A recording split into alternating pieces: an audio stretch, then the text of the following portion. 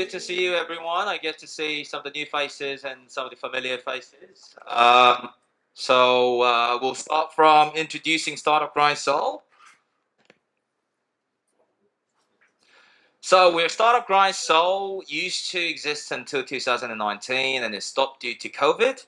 But it's back on track since early this year. We're going through monthly regular events and networking opportunities. Along with Korea Accelerators Association, we are kind of supporting all the startups. We just want to build a good global community of foreign and Korean startups. So you're always welcome. We're open doors. So feel free to search Startup Grind Soul on Meetup, or you can just contact me. That's my number. You can save it right now if you want to. And I told you we won't have enough seats. It's way more than I expected, but there's also a screen behind. So if you want to stay behind, it's okay. How it's going to be proceeded today is that after we shortly introduce about Startup Grind and our sponsors, we'll jump on to the fireside chat and the speaker introductions. And after that, it will be shortly closed around 8:30, and then the DJ would come for the networking session, rest of the day until 9:30. If you still want to stay in the club, you're welcome. You can stay in the club. What else? What else? Yeah, I think that's almost it. That's almost it. Shane, would you come up here and introduce yourself? Okay, welcome to Startup Grind. My name is Shane. I'm a Startup Grind Seoul director. Yeah, nice to meet you. I'm the Korean Accelerator Association's executive secretary. So very welcome to here. This event is a mid-year startup summer party, and the event is sponsored by Seoul City. Yeah, Seoul City will have Try Everything events on August 21st to 23rd. So there will be great startup festival. So you guys get to the events in September. Yeah, September. So welcome to Startup Grind again. Enjoy your food and beer over there, and club music as well. Yeah. And also today subject is what's the Seoul startup ecosystem, bad or good. So we hosted three panels from foreign CEO, and we got a lot of stories about Seoul startup ecosystem from them. So I'm very excited about it. Thank you for coming here. Yeah, Lisa, please run this event. Okay. Thank you. Thank you very much. Thank you, Shane. So before we move on to the fireside chat, during the chat, if you have any questions you want to toss into the audience or the speakers, please don't hesitate to ask any questions. Now we want to invite our speakers to the stage. Please give us a huge applause. Pascal, Natu, Joel, please come to the stage. Thank you.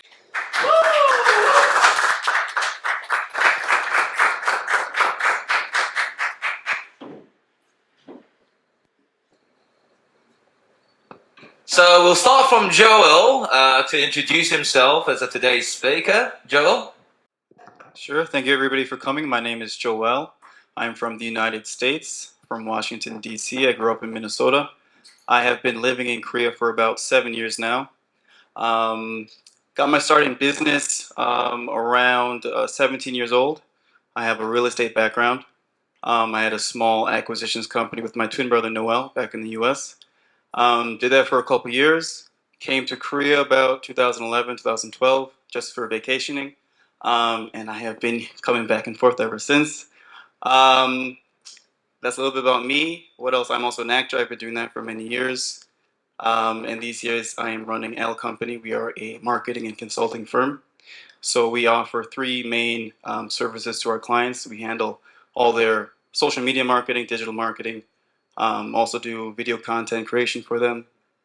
And we also do consulting. So if a firm needs help with funding, we go ahead and we study your business, and then we go ahead and pitch for you on your behalf. So that's a little bit about me. thanks for coming again. Add a bit more about your table tennis career. Well, I've been playing table tennis since I was 7 years old, and on a professional level, and I also represent the United States. Um, Minnesota State. But you want my record? You want you want my wins and losses? Yeah. What else can I say about me? I think that should do it. Yeah. I think that's your thing. Thank you.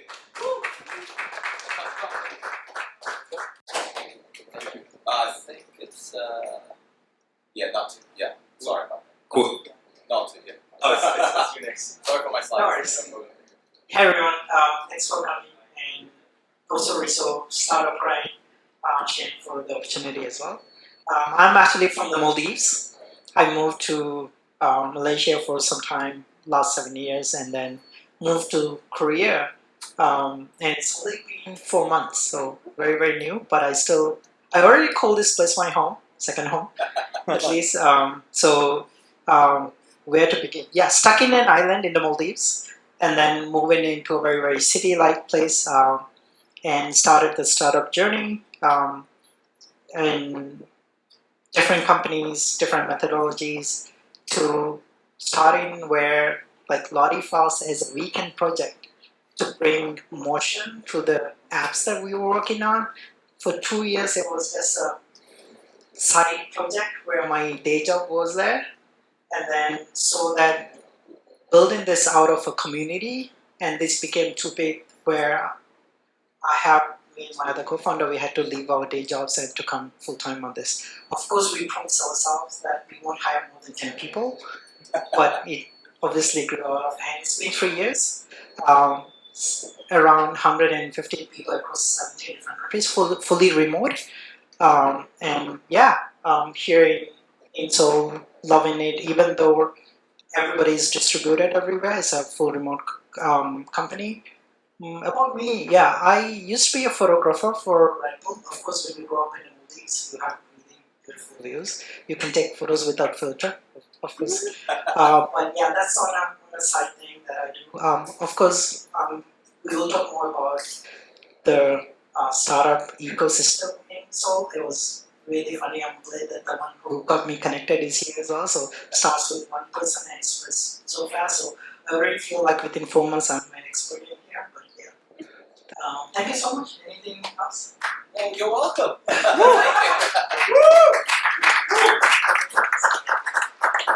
Pascal, please. Awesome. Yeah, hello everyone. My name is Pascal, and I also wanted to just take a few seconds. Thank you again for this event. Thank you for inviting me for this as well.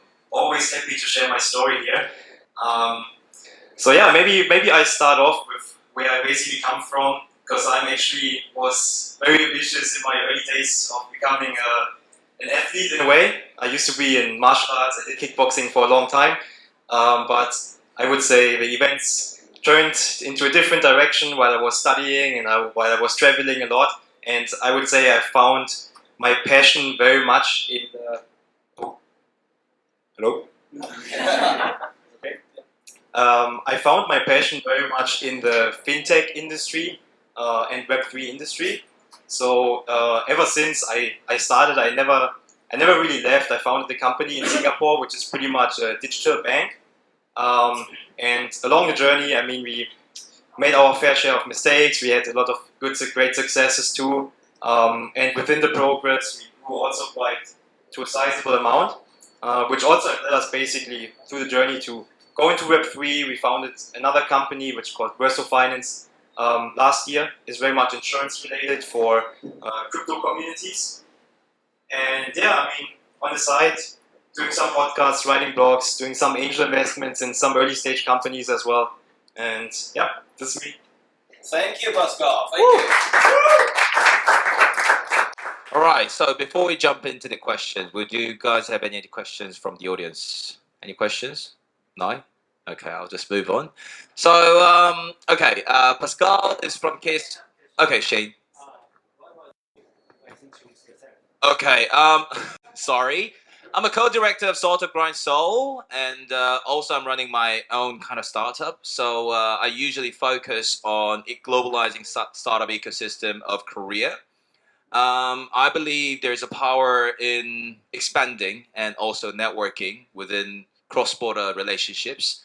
So currently, we're preparing a co-working space in Yeoksam for foreigners. It's not about the space; it's much more about the service. So we really want to lower the barriers for the foreigners to enter into South Korean market. Joel here is also going to join us in the office. So always, you guys are welcome to visit by. If you want to stay longer, you would have to pay. But yeah, that's me. Thank you. All right.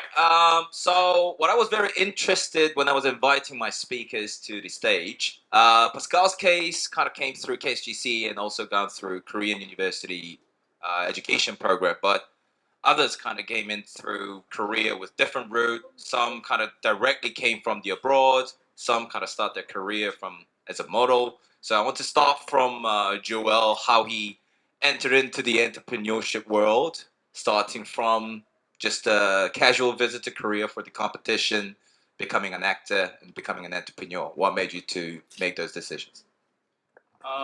Well, I started my entrepreneurship journey from before I came to Korea, since I was just out of high school in real estate with my brother. While running that business, I started vacationing here in Seoul, and I fell in love immediately and just started coming back. And then at that time, my brother went to New York to pursue some bigger real estate deals, as well as get into finance. So when I first came, ping pong was my thing. I just playing professionally for about 2 years, only ping pong, playing professional competitions, playing with a couple different pro teams. Um, and then while doing that, obviously I'm still an entrepreneur, so I was seeing different opportunities and people were presenting different things to me. So I started consulting more on a smaller level, advisory level. Started meeting people. They started introducing me to other people, government types, government officials. And so I started ghostwriting speeches. I've written speeches that have been presented at the United Nations, starting helping on a private level with some campaigning for different officials to get them elected. And I've been doing that for years now. And then with the last couple years, I've decided to start opening up my business to startups, opening up my services to any company really. And that's how I got my journey into business. Yeah, great. So, when you were doing business in Korea, probably everyone has goods and bads, but I don't think South Korea is typically the easiest ecosystem to approach. What was the biggest advantage you got, and what was the most biggest obstacles you faced during your business? Well, when I first came to Korea, I remember everybody was telling me no. I would be pitching different people, different opportunities. But I think at that time, this was 10 years ago, I couldn't speak any Korean. There wasn't that many entrepreneurs in Korea. There wasn't events like this, that's for sure. So everybody who's here, make sure you do a lot of networking. There wasn't this opportunity to meet other people like that. Um, and then as I started meeting people, gaining connections, these days it's hard to find anybody who tells me no. Everything clicks because I have so many different connections and so many different avenues. If I need anything, any issues, a simple phone call will take care of it. So I gave it time, but I think the ecosystem now is improving much, much better than it was 10, even 5 years ago. If you need help, you can find another startup on your level, another entrepreneur on your level, and feed off of them to make things happen. I think. Yeah. Well, thank you, Joel. And how about Pascal? I mean, you got in through a organized program from Korean government, and did it made you much more easier to enter into Korea, or was it kind of tough? What was the good and bad? Yeah, I mean, when it comes to my journey to Korea, I mean, we got accepted into this program, what you just mentioned, KSGC. And I think for us, I mean, it helped us a lot because in that sense, they were able to set up the right meetings for us to meet the right, you could say, partners that we need for our banking solution. So that was great. They helped us with the visa. They gave us even initial funds and interns also that basically help us with facilitating these meetings. But I mean, there were a fair share of challenges in the end of the day too. I mean, you need to adjust to a new culture. And one example I have for this, for instance, is with a meeting I had with a bank that I apparently angered a little bit. Because since we are digital banks, in order to promote our product and launch it here, we need to work with a local bank. And I don't want to mention the brand name. It was one of the biggest ones. So we approached them. We went into the meeting, and there was one very like old guy and two very young people. And I came in basically. I said, "안녕하세요," introduced myself, and I shook hands with the first person on the right, which was a very young person. And actually, the old guy, he was probably in his 50s, he got actually very upset. He got very upset at me for doing that. And then, we kind of had then an argument about it. And, I have to say, like, this business deal, it didn't move forward anyway. I choose another bank in the end. But it's just one simple example, I think, how you should approach, like, and research the cultural differences that come into play. There will be huge challenges for the language barriers as well. And what really, in the end, was for us, I would say the reason why we didn't expand in the end with the banking solution was just regulations that was really on the tech side here. But other than this, I believe there's definitely great support. I mean, we got for some time also a free office space for a year for 8 people, where I basically hired some people that work remote for us. So there are great opportunities out there, great support, and you just need to see out for them, I would say. Thank you, Pascal. Well, now I'm still in the honeymoon stage with South Korean startup ecosystem. Okay, how do you feel so far about South Korean startup ecosystem? This is an interesting one. So, since you mentioned about honeymoon, everybody goes to Maldives for honeymoon. Nobody thinks about what is the person's perspective there. For us, we feel like we're stuck in an island with a book, forever. So your mind becomes like you have to learn everything. You can't just, do a coupon order or anything. You just have to build it, right? And so with that mentality, everything became sort of a challenge. So coming to Korea was one too. It took a long time because we weren't ever connected to the ecosystem or the startup ecosystem at all. So usually taking the corporate route of US headquartered in US, but you need to build a subsidiary office in here or branch and then get the branch head and all of that involving law firms and legal finances and everything.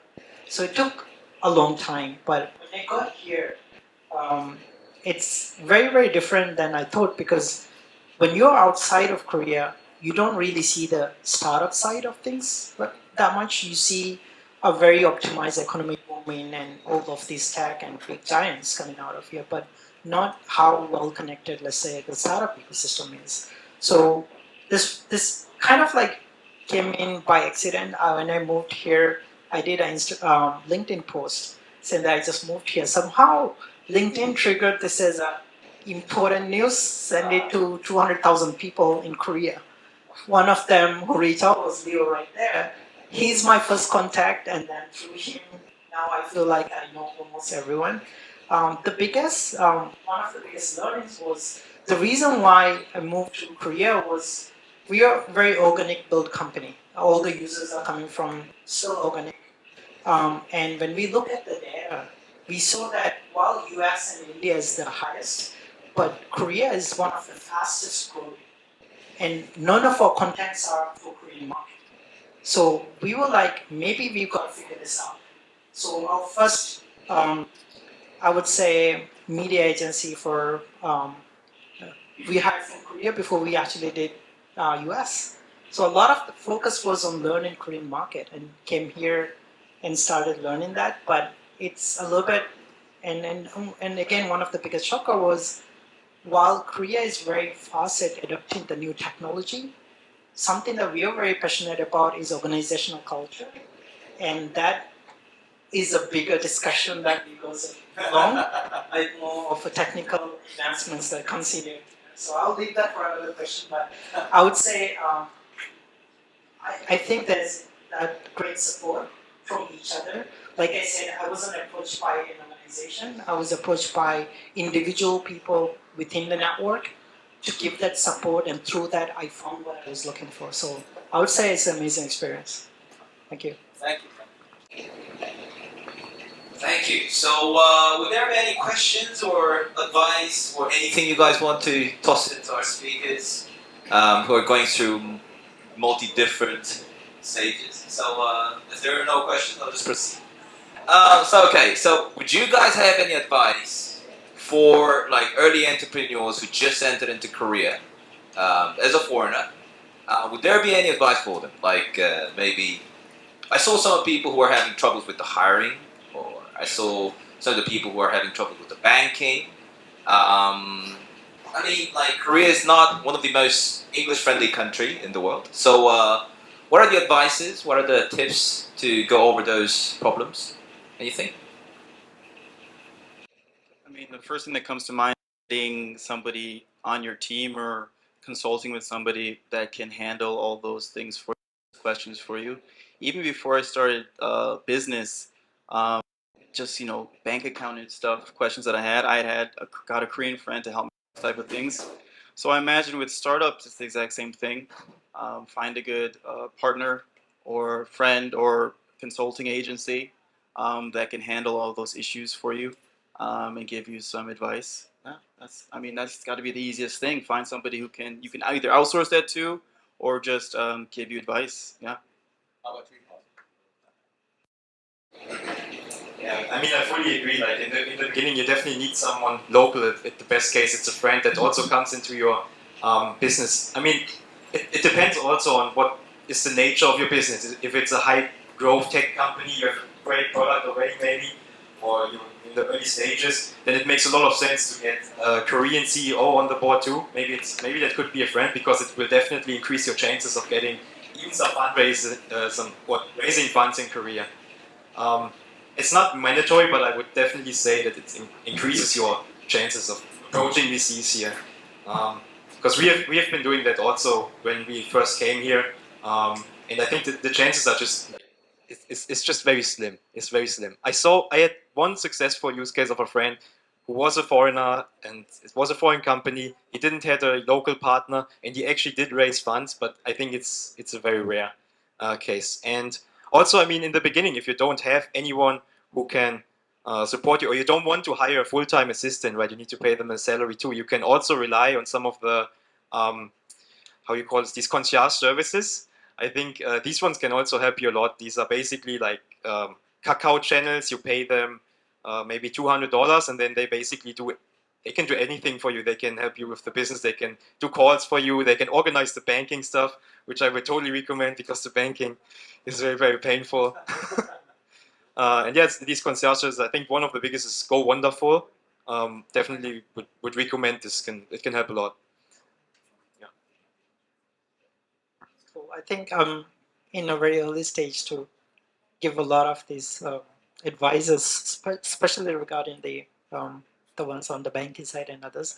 But for me, like I want to make it very very generic because absolutely right. Like having somebody in here as a team member helps a lot, and I think that's for my kids. But in terms of general founder advice, is everything is a challenge. So if it's not for that, there's gonna be something else. So I think earlier stages, the challenges that you have, your ability to maneuver them, figure a way to go around them, and being okay knowing that there's uncertainties and there's gonna be huge challenges may prepare you for bigger things that's gonna come, right?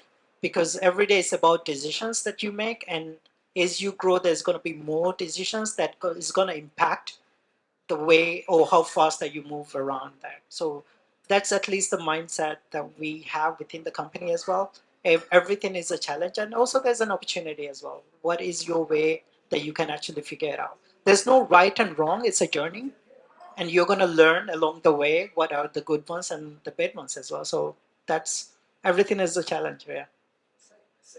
Cool. Thank you. All right, then. Well, considering all these obstacles that you guys might have faced, or some of the difficulties and some of the advantages, I want to ask why Korea though? Like you guys came from all different countries. You guys have some of you guys have subsidiary countries all around the world. Some of you guys came from a one country background. but like, why Korea? What made you guys to stay in Korea, run business, or start a business in Korea? For me, I think I was 16 or 17. And then at the time, my favorite investor was a hedge fund guy out of New York. His name was Jim Rogers. And he would give all these interviews all the time on CNN and these other places. And he wrote a book, and I remember he said that Asia was the future in the book that he wrote. Um, but he chose Singapore as his hub to run his business. And then I vacationed into Japan. I went to China. I went to Korea. And then at the very end, I decided I liked Korea the best. So I fell in love with the country, met a lot of friends, and I couldn't leave. Yeah. So. What made you feel Korea is the best out of all this? Well, for me, the ping pong was a thing. But it was also my connections that I met. I also made some really good connections, people who I really felt like, yeah, I could find a good support group here and run things with them. Yeah. I mean, for us, I already mentioned, like, our business was basically founded in Singapore, but for us, there was just, like, you could see there was this insanely great use case for us to expand this company here. Because in the end of the day, what we're doing, we are a banking solution for entertainment companies. So you could almost see it as if we can basically integrate into a TikTok. You would have a TikTok wallet, and then people can perform, they do live streams and stuff like this, and then as part of the journey, you can send $1 to a streamer in another country as part of the stream. You just click a button and you send $1. And from this perspective, we were scouting a lot of different countries, such as, this has already been pretty big in the Philippines, in Indonesia, in Malaysia. And in the end of the day, what we saw very much is that, I mean, K-pop industry has been growing for decades already, you know, and especially over the last years, it became so popular.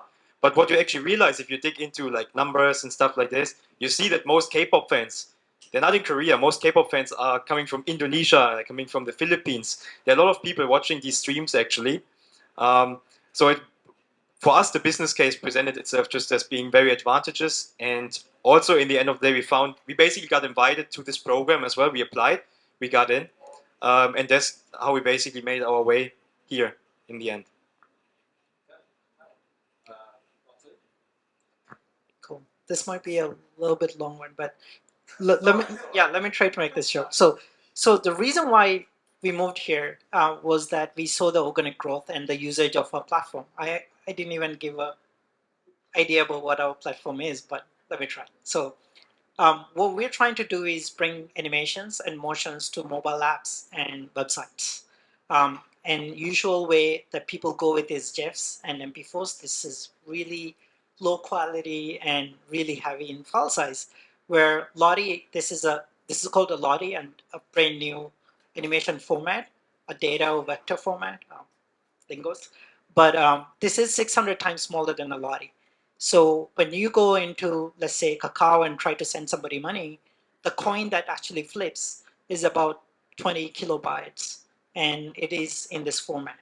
When you go and like a tweet, the heart shape that comes out is actually a Lottie. When you click on the new Windows 11 start bar, it's actually a Lottie. And the new Apple landing pages, all these nice animations that you see are Lottie. Everything almost on Samsung animation is a Lottie. Everything you see on Pass is almost a Lottie. So when I came here, I saw all of these beautiful mobile apps that was designed with motion in mind, where in all other areas in the world, they're just adding motion as an afterthought. So this got us interested so much that we feel like Korean apps are actually in the future. Because if you think about it, when emojis came from here, everybody else thought this is kind of like non-professional, lousy thing just for kids, but it is adopted everywhere else too. When we look at the motion one, now, while it's a very common thing in here that you put animation stickers everywhere, everywhere else in the world, they're just starting it in motion because we know that it helps you engage with the content. It evokes emotion, and there's a lot of these benefits. Evokes emotion, you're more engaged. That means you're more likely to convert. You're more likely to remember this. So there's a connection to that, and all of that, the benefits. But product designers and folks here already figured that out. It's already out in the open, people are using. So what we started doing was take them and showcase it to the world. We have showcases from TAS even next to Disney on our website that we've done case studies with. And these were written by TAS team, these were written by Disney team and others.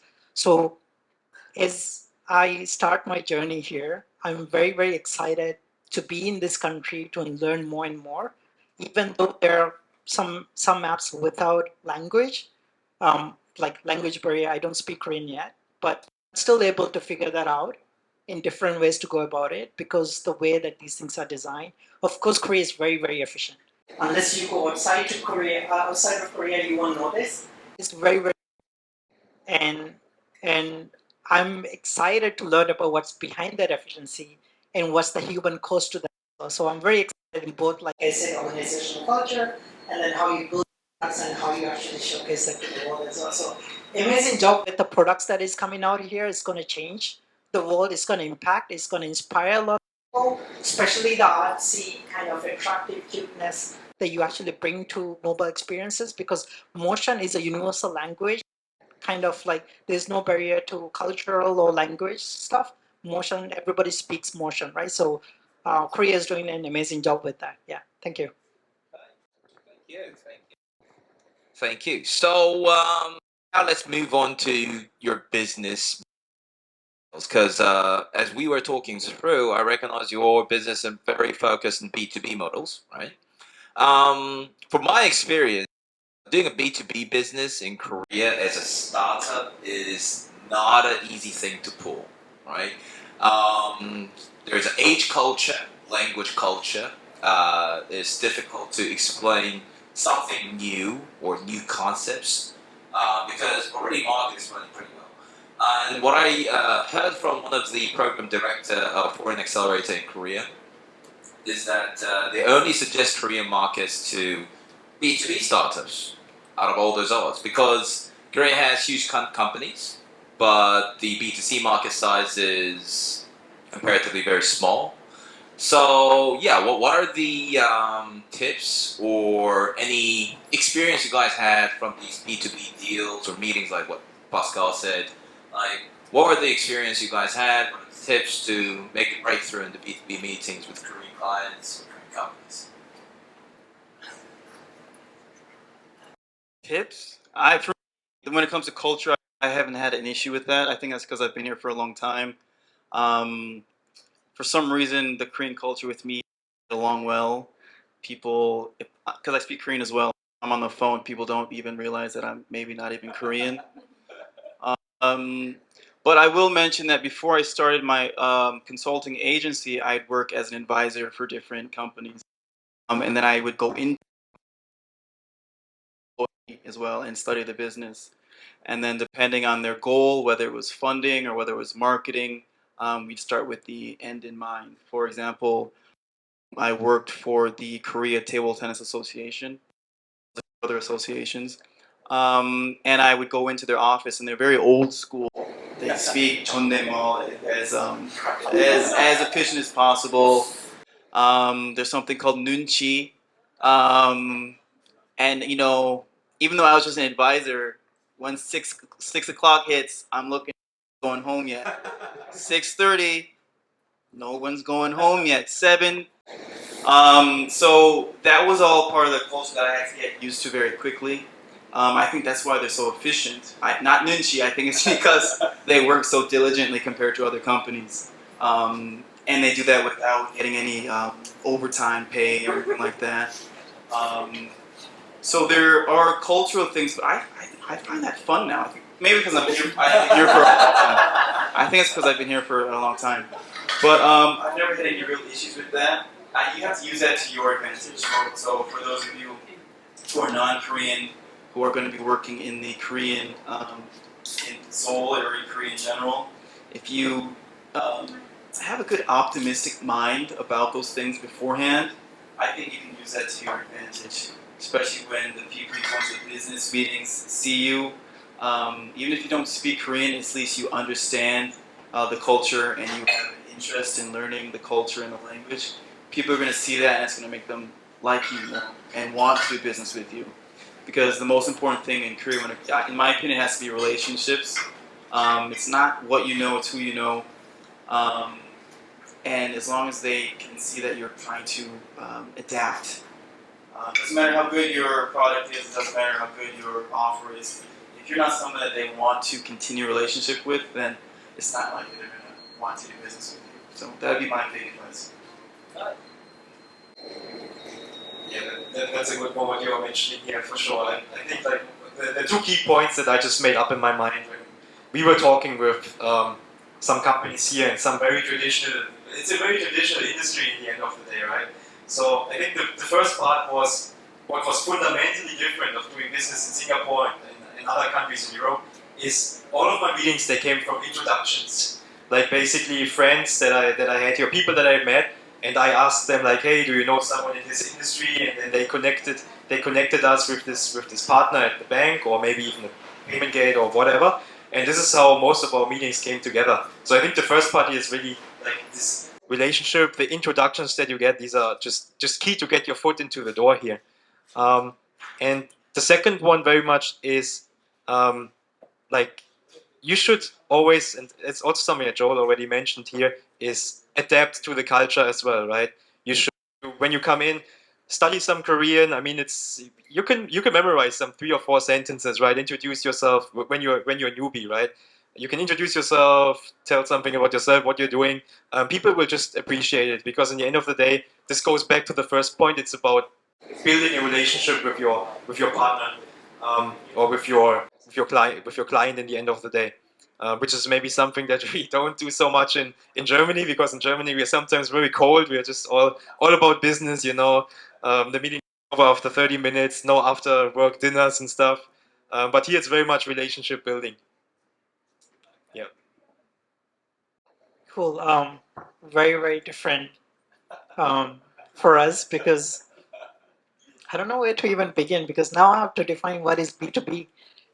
So, as a community-driven business or a company, um, we very organically driven and grown, but it's also a bottoms-up company. That means behind that B2B company, there's a person. There's a person who's excited about what you're doing. And how can you have a conversation with that person, regardless of my tone or voice or language? What is that common value that you're giving to that person, right? So that's where we found that common ground, where, like I mentioned, even before we came in, everybody was already using it. So the moment that we mentioned saying that, hey, Lottie files, we just want to hear your thoughts on this. Because our goal, and I guess this may vary if you're trying to sell or build that connection versus you're trying to understand and get feedback to something that they're already using it. But like I mentioned, bottoms up growth means somebody in that company discovers this and becomes a champion of it and spreads it across the company. And now the leadership in the company is convinced that this is something that you have to buy for the company to function or to be productive, right? So we're in that game. Um, Coming here, we knew that we had to build a relation with the community, people who are using Lottie files in Korea. So we did few events and was excited to see who actually came out. Like out of nowhere, we had like designers from top companies and Samsung and everybody coming in. That became our connection to those companies, where now we can go back and say, oh, we actually met. This is our connection, and I think that's what Pascal was saying as well. Have the relation and introductions that can go a long way because your common goal is the product, not just the relationship. But of course, maintaining something. If you still keep on giving that value, I think that's what is there for you to hold, regardless of, like I said, any kind of cultural limitations or differences that you might have. You always have that common ground of the value that you create for that person and for your company at the end of the day. Thank you. Okay, so to discuss about relationship, right? When it comes to business with a client, like external relationship, but there's other side. There's an internal relationship, right? So we have our HR issues in Korea. Is very one of the toughest country to acquire talents. Although we have a very good talents, but it's a tough country for startups to acquire good talents. And yeah, but because of COVID, many people are starting to feel values about remote hiring, remote workspace, remote organizations. So, okay, since you guys stayed long enough in Korea or expanding in Korea, which one do you guys prefer? Kind of remote HR system or organization, or you guys want them to be like textbook Korean organizations, sit at office at 9 a.m., get out at 6 p.m., report everything. So, which one do you guys prefer? If you guys want to set a ratio of importance in between those two, how would you guys set it up? Personally, I'm old school. I'm not into this work from home stuff. I loved working for different companies that were the 9 to 6 and even the overtime and reporting everything. I remember when I had to do that for a Korean company, and at first it was painful.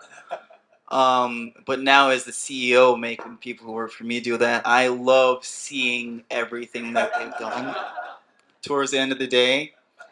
So I know that's efficient to run a business. Maybe you guys have different opinions on the work from home and work in office scenario, but for me too, when I'm taking meetings, I average, you know this, I average 3 or 4 meetings a day, and I'm all over the city. And I love shaking hands and meeting people. I mean, that's fun to me. That's the part of business.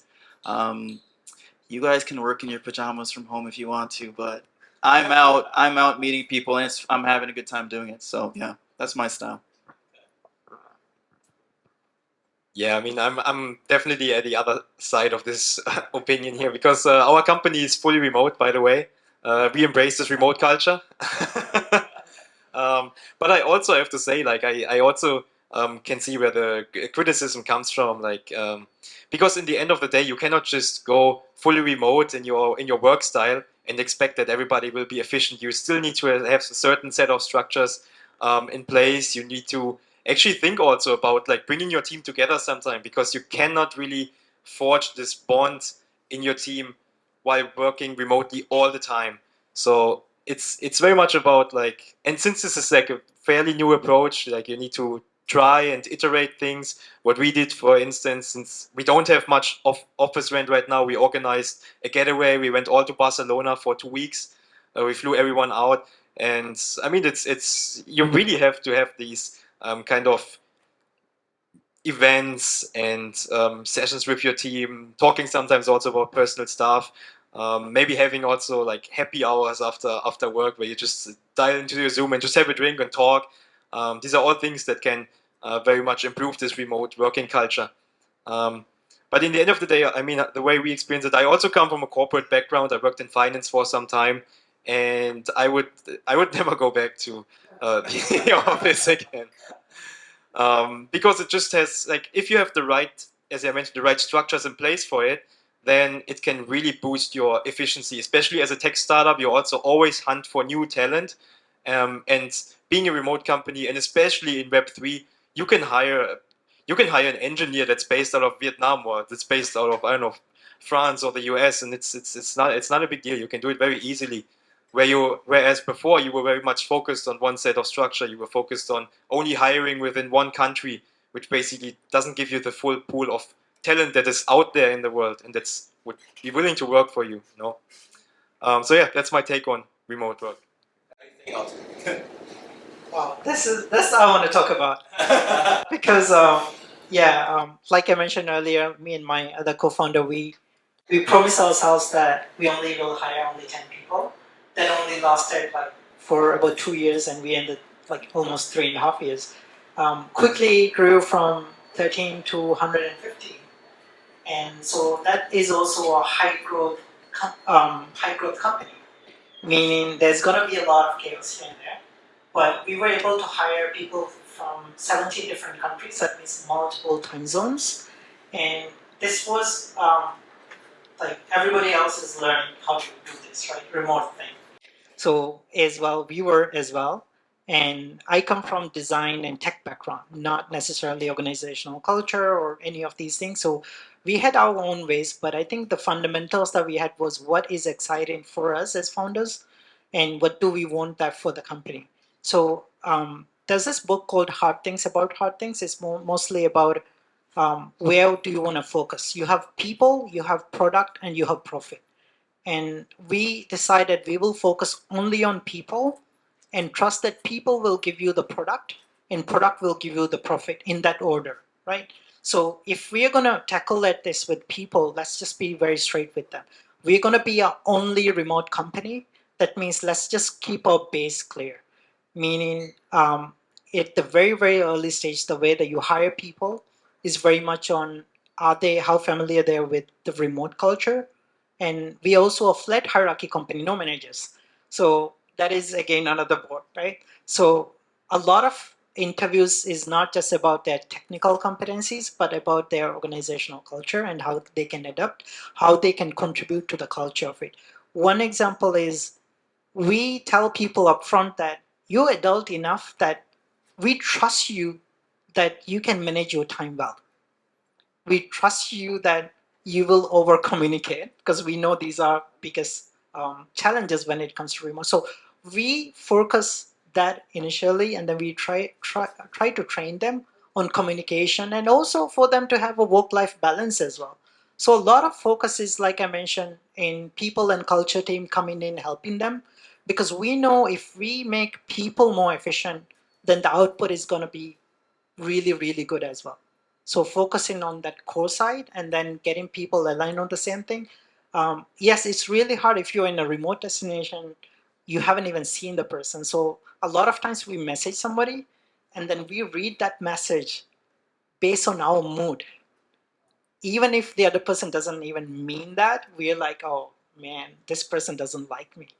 So these are things that we had to like teach everybody on communicating because we're not used to doing the work thing over the message, right? So a lot of new challenges, but glad that we are bringing everybody for company retreat. We've been doing that almost every year. 115 people in the same place. And of course, organizing the entire thing is a mess again as well. So bringing out, and so super excited to see a lot of these folks for the first time in physical and just build that relationship. And I think drawing examples from like Automatic, which is WordPress, and GitLab, and there's a lot of companies, Basecamp, who actually does remote very well from the very, very early stage, that who built a really amazing culture, even though they're like fully remote Buffer, and there's a lot of companies as well. So that's where we actually go and learn from, because a lot of these things are new to us. And but like any startup founder or any company, that we just figure that out with the help of everyone and what works for them or not. It's not about what we think that they need to do. It's about what actually works for them, right? So that's pretty much it. I don't know the main point there, but we love remote and we want to expand there. It helps us hire new people across the world. So we don't have to be limited by the talent pool that is only existent. Even though like we hired in Korea while we were remote as well. So that means like we never been in here to find anybody. We started hiring from here as well. So that's been going amazing for us. Thank you. All right. I'm not sure if we have how many Korean bosses around here, but during COVID, in my office, there was this guy with COVID positive one day, and the boss was saying, "Go remote." You know, he really didn't like getting all the office going remote because I was asking him after the work, why do you hate it so much, right? I don't trust him. I don't trust him.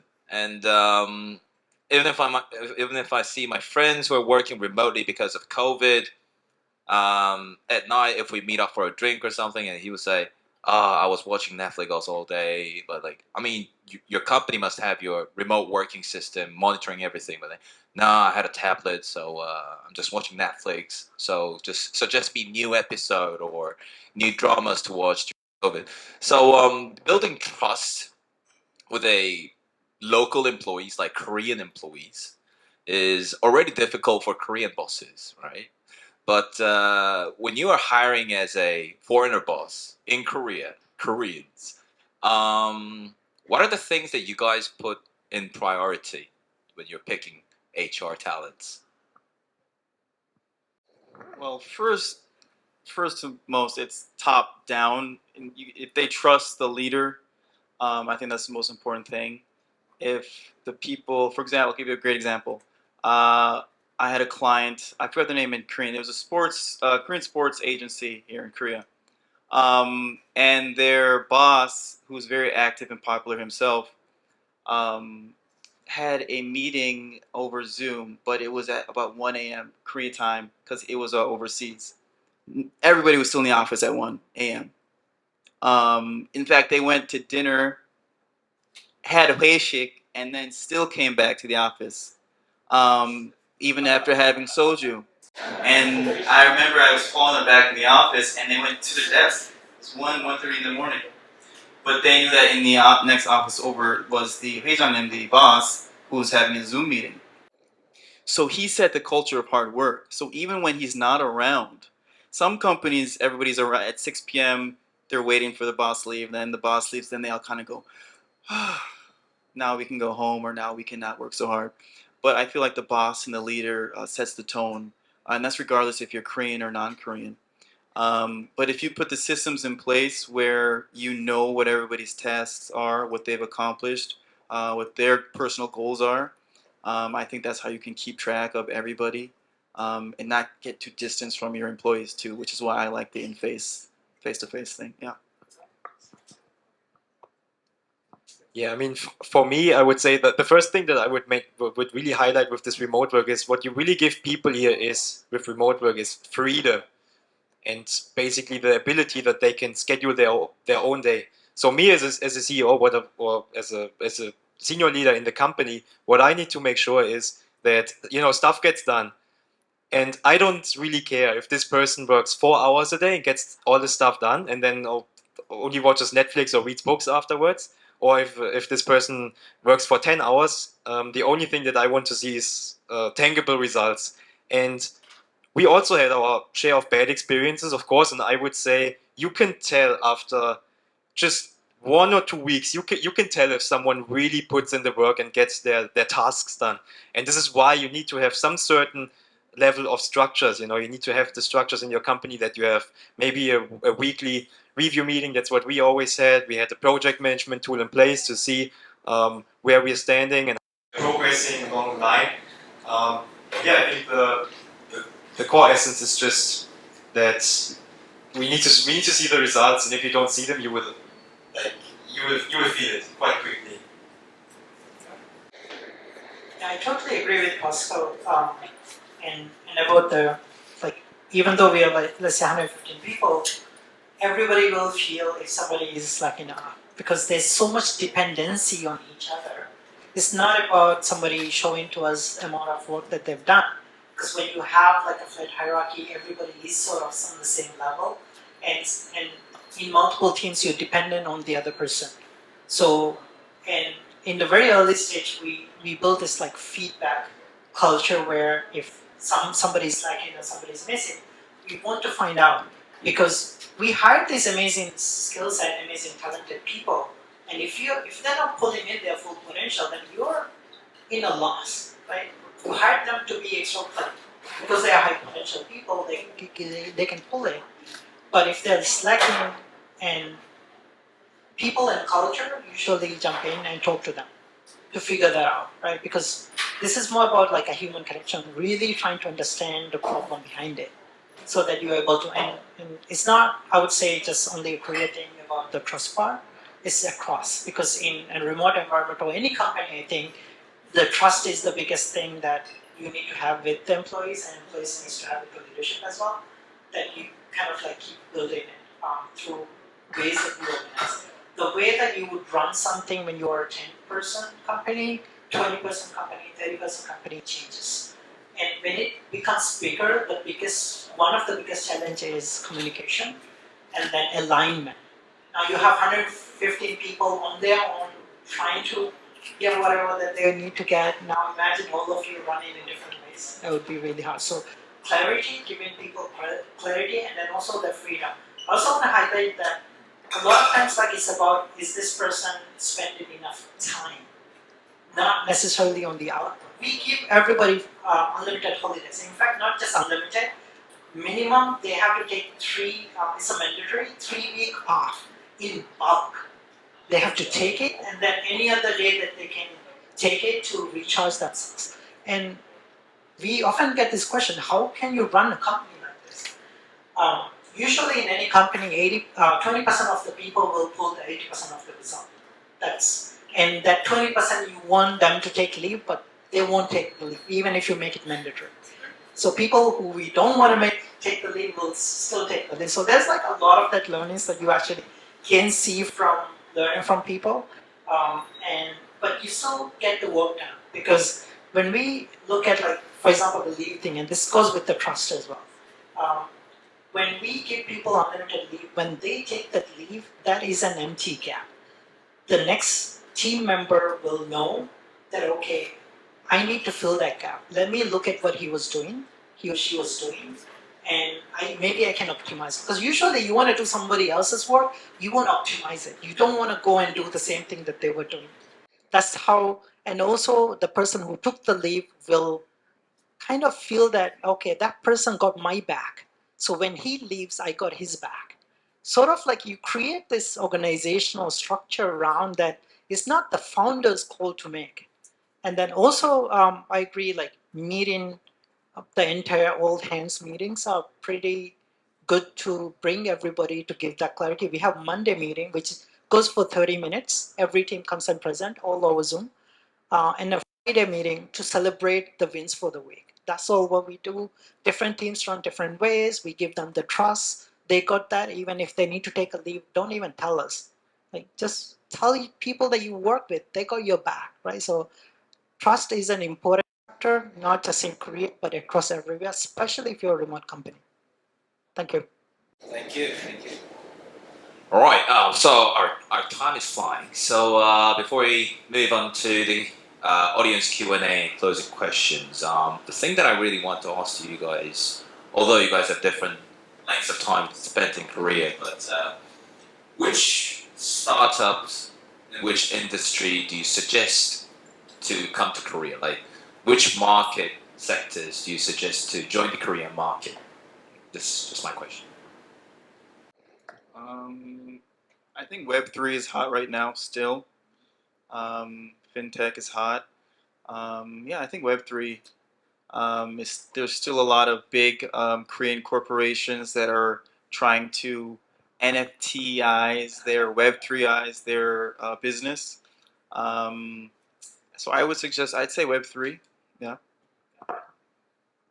Yeah, I mean, I can't even recommend any other industry, right? So yeah, I mean, definitely from what I saw is Web3 is the most international area of the whole startup ecosystem in Korea right now.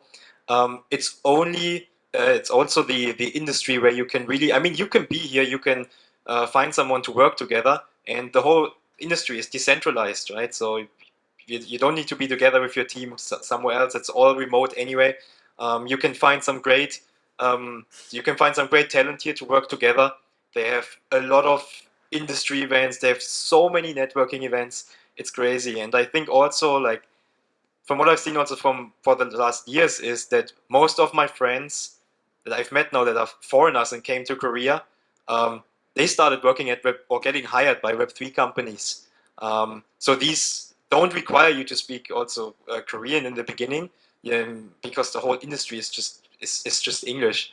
So I think Web3 is definitely the hottest topic, and if you have any questions around it, you can also connect with me on LinkedIn, because I know all the spots. They have huge co-living spaces, co-working spaces, networking events all the time. So yeah. Cool. This is going to be tough, because, of course, Web3 is the obvious one. But and I want to talk to, like, more for founder level, where in any, like, boom right in the wave, you see opportunities, and sometimes it's not just straight to, let's say, Web3. What enables that to go through that as well? So whatever opportunity that you see, validate and go with that. I spend fair amount of time in startup, like, frameworks, like Lean Startup, which actually helps a lot of individual folks to early stage validate the problems and solutions that you have, and go to market, validate it, and get your first customer without you spending so much time on building, like, huge tech debt, right? So use these frameworks to it what works for you. Like I said, in any market, for example, if you look at design is a very premium market. Even though Canva is there, Adobe is being a giant. There's Figma, there's Notion. Like in the design areas, there's so many actually coming up, which is capturing the world. So while you're in Korea, don't just look at Korea, but also look at what's growing around the world, because you are very digital. You can access anybody anywhere right from here. It like, doesn't really matter which country that startup really originates from, but you can actually make that huge impact as well. So start something. If you're already doing it, think about ways that you can scale and take it from here to the world, and get those learnings as well. Thank you. Okay, so now I want to listen to some of the questions. Would there be any questions from our audience? Yes. Yes.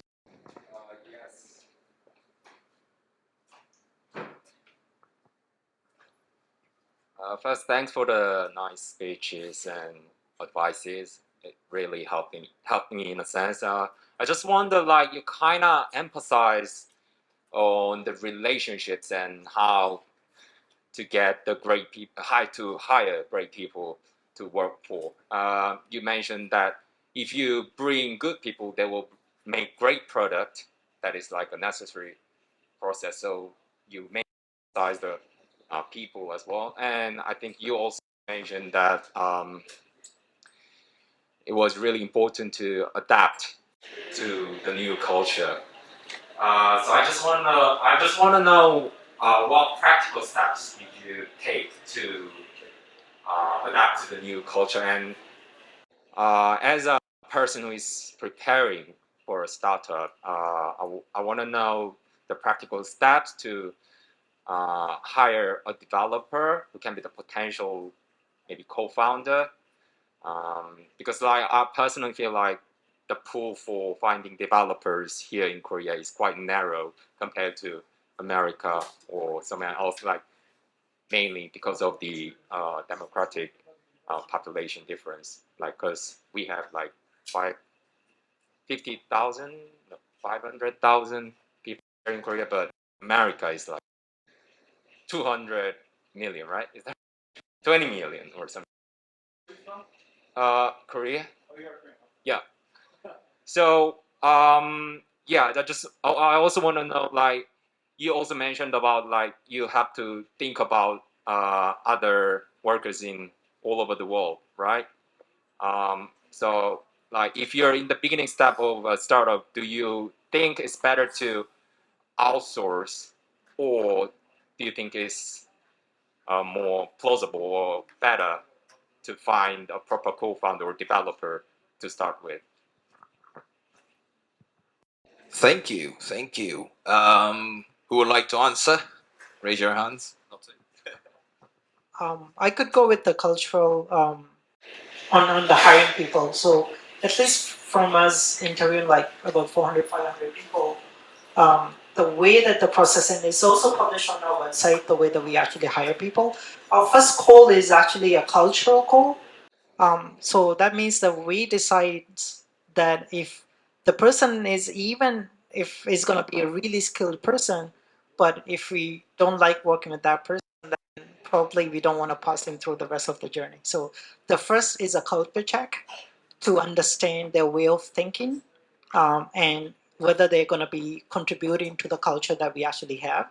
If the person has a different way of thinking, we love it, because we don't want at the end to end up with all the people that thinks the same way as we do, right? We want to bring in a different thinking system. So one is to really emphasize on whatever the culture is, this is going to be your culture, define it so that you have a way to protect bad actors coming in, and that will happen, and that's your learning, and that's how you grow and improve, not just as a founder but as a team as well, right? So easily you can recognize these people, but an action point, like I mentioned, is very early stage. Screen them, talk to them, get the feedback from the team about them as well, to go and step that, publish that, teach people about ways to work with you. So that's why I think a lot of founders, they write guides on how to work with them, because it's harder when we say something. Sometimes we might just mean that if when you get free time, you can do it, but they receive as, oh, the boss just told me this, I got to do this right away, right? So there's a lot about communication. So action steps, like I said, screening earlier, culture side, but for other stuff, I'll move to Pascal. Yeah, I mean, I'm trying really hard right now to not look at this question from the with the Web3 glasses because even the hiring here is very different. But maybe I would like to answer it from the perspective of an early stage company. Because what I believe is when you have your idea and maybe you have one friend in or another co-founder, it's the first employees that you have, the first 5 to 10 employees, they're just so vital to your organization and to your growth. You really have to make sure that they love what you do, that they pull through also through the hard times. Because what we realized is we did some mistakes in hiring as well. And when the hard times arise, you know, they were the first ones to leave for a better position in the end of the day. So I think the first core team is just so vital, and this goes also back to your question if you should outsource. I think outsourcing, especially for a tech company, when you're early stage, you're outsourcing your tech capabilities, is something that's not the best idea, because in the end your product comes and falls with the tech that's behind it. And if you say you run into like funding issues as well, or you can't raise for some months, and then you cannot pay these outsourced developers, then your company is already a zombie, because you don't have anyone to basically build your product, and then your company is basically already gone. And as you move on and progress and you hire more and more people, of course you don't need then I mean, in the best case you can always hire S players, but that's not realistic for startups, because especially like when it's growing, like many people, they want to join very big companies. So what I want to say is basically you don't need to have then the super S-class talent that believes so much into your vision and that's ultimately super passionate. This really much is more focused on the early stage where you need these kind of people. But of course, still they need to align with your organizations. They need to be a cultural fit. And yeah. And where can I find one? Yeah, exactly. I wanted to mention it as well. So I think from my perspective, how we found very good people was also personal relations. I mean, that's sometimes a bad answer if you don't have a big network, but the way you get the network is joining events like this, or traveling also sometimes abroad, joining some other conferences. You can always find some very great people there, like-minded people. But I also have to say, finding a co-founder is probably the most difficult thing there is. It's a question of luck in the end as well. You know, if you go to an event, you found a great person, then you can start working on the project. But maybe you need to visit 20 different events until you find someone amazing. But I just really want to emphasize this point, like, you just need to be very sure that you can work with this person along, because so many companies go down just because of a lot of fights and discussions between co-founders because they were not a good match. The first place that you want to look is your immediate network. But you can also cold call and cold email people in your industry who are where you want to be. And the secret to doing that is giving them free equity. So I don't know what industry you're in, but if you need that immediate credibility, find somebody at the very top, 50, 60, 70 years old, retired, in whatever industry you're in, offer them free equity in your business. It doesn't matter if it's 10%, 20%, 30%, 40%. You're gonna feel like it's your baby and you're giving away too much. But depending on the type of deals or what products you're doing, I've done that many times with different businesses that I've run. I have no problem giving away free equity to somebody who I know is going to bring me value, bring those strategic investors into my business. Just by having their name on my business plan, that's going to help you move forward in whatever you're doing. So that's really the secret sauce that a lot of people are doing anyway. They don't really say that publicly. You don't realize that. And if, let's say somebody raises a big round in funding or they make a big exit, you don't know how much money they made. At the end of the day, they could have sold their business for 100 million, 200 million, and maybe they had a minority stake in that company. Maybe they only made 20 or 30 million of that, but it doesn't matter. So you're gonna feel like at the beginning, oh, how do I make those connections? I don't know anybody. Why would somebody work with me who's done all these different things, worth $1 billion themselves? But if you can prove to them that you're passionate about your business, you have leadership skills, give them free equity in your business, and they'll jump on board. Just one more thing as well. Would it be better to do that in America, like top people, or would... I have done that in Korea. I've done that in America. Go to LinkedIn. Go to LinkedIn and cold call people. If you don't have that immediate circle of people who are on the caliber you want to be on your team, I've filled up an entire board of mine by doing that. And then all of a sudden you have to then take charge. But if they see that you're taking charge, making moves, having meetings, then you update them weekly or bi-weekly on your progress. And then all of a sudden you realize, hey, you have a big board who's done all these different things, and you're making moves, and you're on your way to being successful. Yeah. One last question is like, so how do you guys find the first worker employee for you guys? Employee? Hear the story. For me, I went to my immediate connection. I just hired somebody today that I met at a bar, a lounge. He's a bartender. And he was telling me about joining my company. He's going to be my personal assistant, and he's going to handle some stuff like that. And he was telling me how he was afraid to say yes to my offer because, what if he messes up and things like that. But I could tell that he has that enthusiasm. He wants to learn, and he wants to, he didn't even go to university. But I love the idea of giving him that opportunity because I could just see his future of him growing and things like that. So it doesn't matter who you're hiring. I'd start your first immediate employee. Another perfect example, I know a guy who he's the president of several different companies at the same time. He has people that he trusts and they trust him. They move with him as he moves to different organizations. He'll move to different organization and build the office from ground up using people he already knows and he's already worked with. So that's also another thing that you can do as well.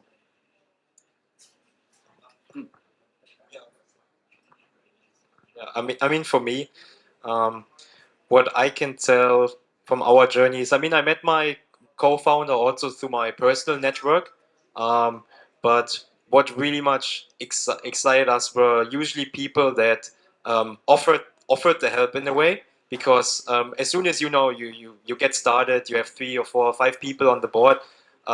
Maybe you have some funds also to basically get some magazine exposure, or you get into a podcast. You can get into some podcasts for free even. And people usually that were in the end a very good fit for us were the ones that approached us, and they were like, hey, I want to do some work for you. I want to prove myself in a way. They did in the end. They wrote some blogs about us.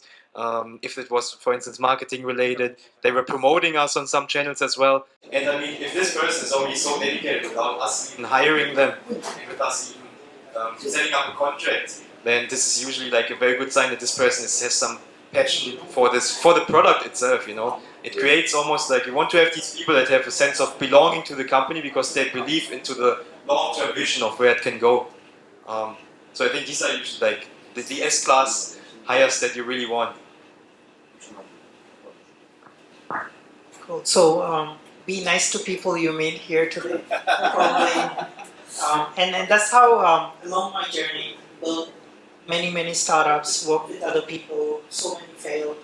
But along the journey, the people that I got connected with are the ones that actually hired the first 20, 30 people.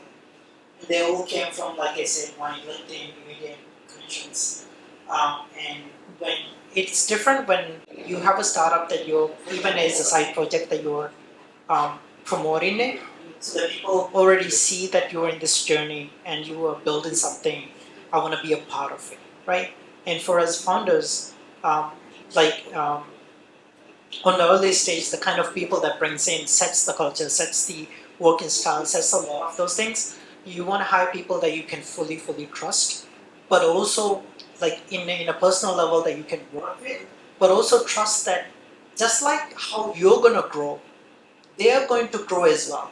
A lot of times we have the mistake where we want to look at that person that can fix all of our problems, and and then look at them as where they are today, not their ability to grow and fit into the roles that the company is going to need.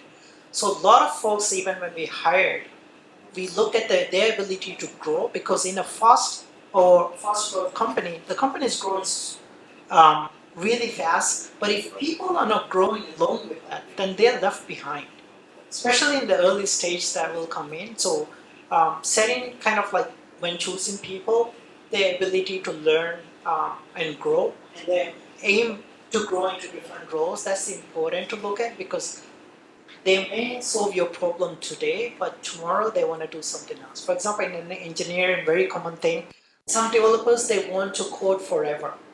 Some developers, they want to let be a tech and manage more people.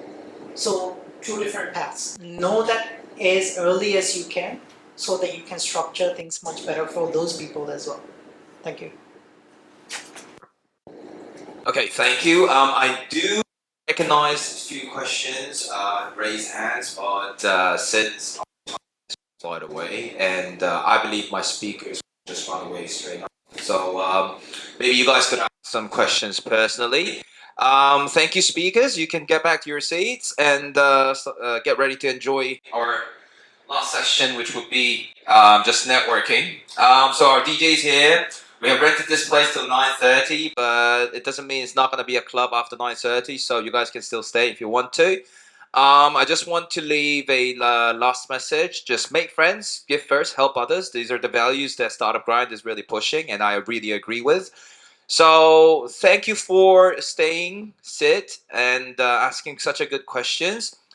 Please keep on sharing business card or phone numbers or LinkedIn. Just feel free to do so.